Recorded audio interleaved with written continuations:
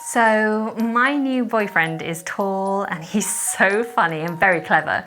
He has the most beautiful green eyes and he loves to go to museums, which is why we get on so well. We actually went to a museum on our first date and it was just so romantic.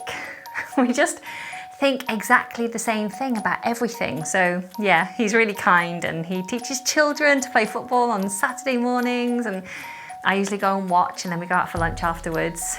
Anyway, what was your question again? What does he do for work? Oh, he's a dentist.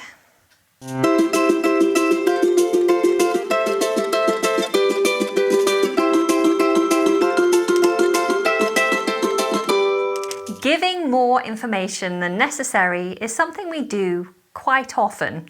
Sometimes we just decide to give more detail, or we just really want you to understand more about a situation. When giving non-essential extra information, we use a non-defining relative clause. Non-defining means that this extra information does not change the meaning of the sentence. It is purely used to give more detail. If you need to add an essential piece of information into a sentence, then you can use a defining relative clause instead. There's already a video on my channel about those, so I'll put a link in the description so you can watch that one next and learn the difference. A sentence which includes a non-defining relative clause must also have a main clause, which is split into two parts after the subject. Let's use the example of a meal, which is delicious and it's also vegetarian. So the main clause would be, the meal is delicious. The subject in this sentence is the meal. So we put the non-defining relative clause in the middle of the main clause after the subject.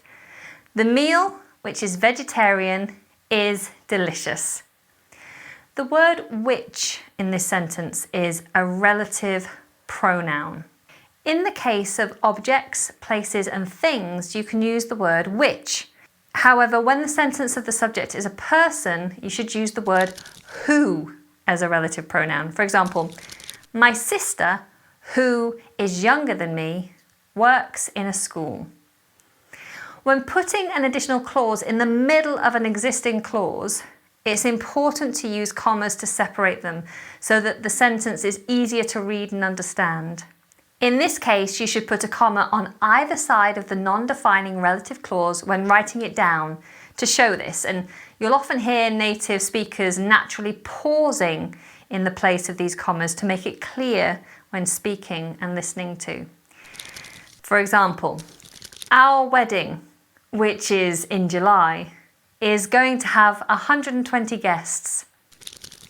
Their French teacher, who is new to the school, is absolutely brilliant.